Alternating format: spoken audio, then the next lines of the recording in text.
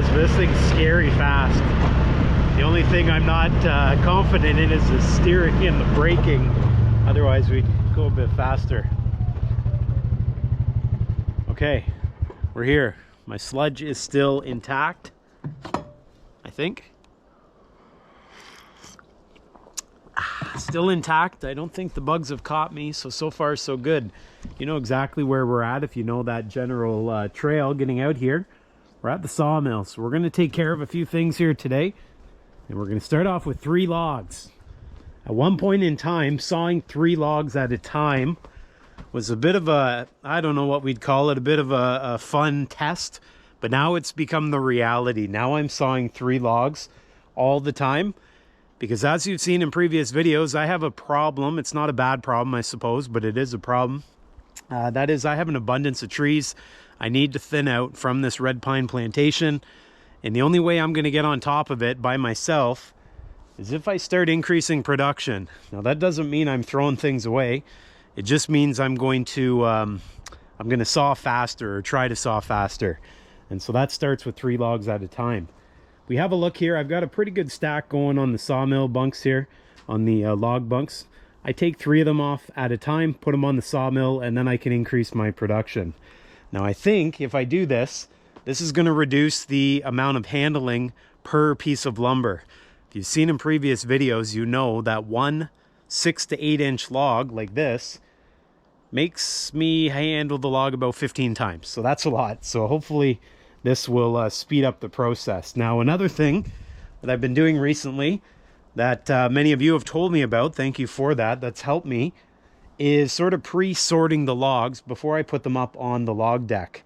Now, what I do is, because most of my logs are pretty well, I don't know, maybe 10 inch diameter down to 6 inch diameter and a bit less, I sort them so that the same diameter logs are approximately side by side on the log bunks. That way, when I roll them up here, we end up with logs that I can saw 3 at a time and not waste too much. And just one other thing I'll mention here to try to eliminate waste when I've got 3 small logs up here. I try to keep the big end of the logs all at the same end and the small end all at the other end.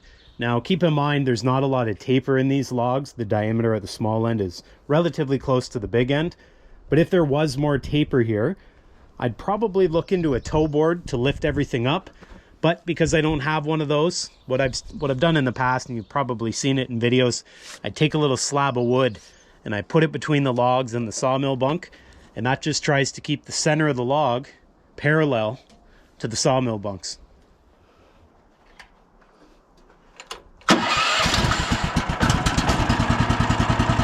So just as this warms up, what I typically do, because my logs are all relatively similar in size, I know approximately what I'm going to make out of this already.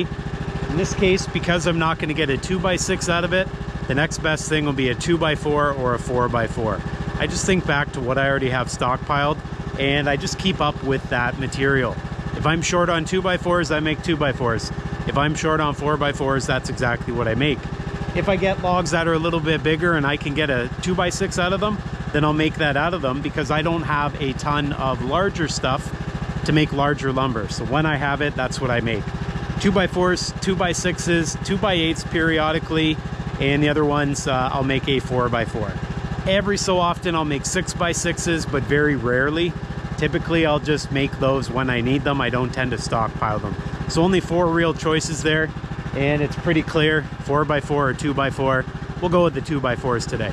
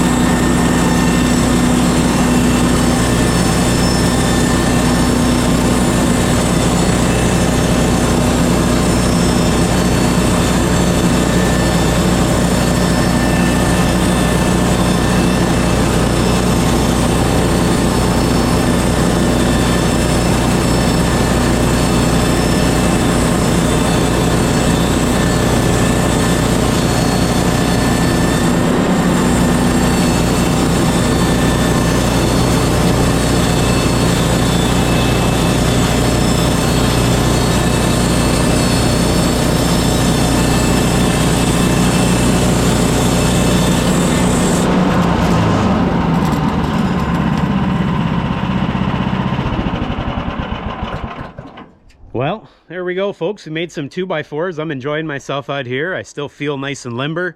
I feel like I'm moving around less. So I'd say 3 logs at a time is probably here to stay. I think that's going to help me to get some of these trees thinned out because I'll be sawing them faster. Now, keep in mind, I'm just out here playing the hand I'm dealt. I came into this forest probably after it should have been thinned initially. And so just like anything, when you're dealt the hand, you play it. I'm going to be playing that hand for quite some time by the look of this forest out here. Now, one thing I am going to have to change up around here is over my right shoulder. Have a look up there. You see the sign, Hillbilly Hideout 2.0. I think I need a new sign out here. I'm going to call that sign Toothpick Sawyer, and maybe I'll put it on my shirt. We'll make a few t-shirts and get those handed out. But a Toothpick Sawyer is pretty much what I'm going to be doing for the next while. And thank you for those of you who pointed that out, that these are toothpicks. To me, though, they're a nice stack of lumber, so I'm going to continue doing it. Anyways, that's it for me here today. As always, you all take care out there. Do yourself a favor, get outside, saw some lumber if you can, split some firewood, drive around in a golf cart, do whatever it is that makes you happy, and I'll continue doing the same. And as always, if you haven't done so already, please do me that big favor. Give this video the old like-a-roo, subscribe, and I'll see you next time. And hold on one second here. Just as I was about to stack the lumber up, I had a thought. What would that material cost at my local lumberyard? I priced it out. A 2x4 by 10 is $5.98 Canadian. Tack on there those stickers, which are actually the size of strapping at that lumberyard, and we're somewhere in the neighborhood with tax of about $80 Canadian. Transfer $80 over to US funds, you're somewhere closer to $60 US. That's kind of nice having that in my pocket as opposed to, well, in the pocket of somebody else. See you next time.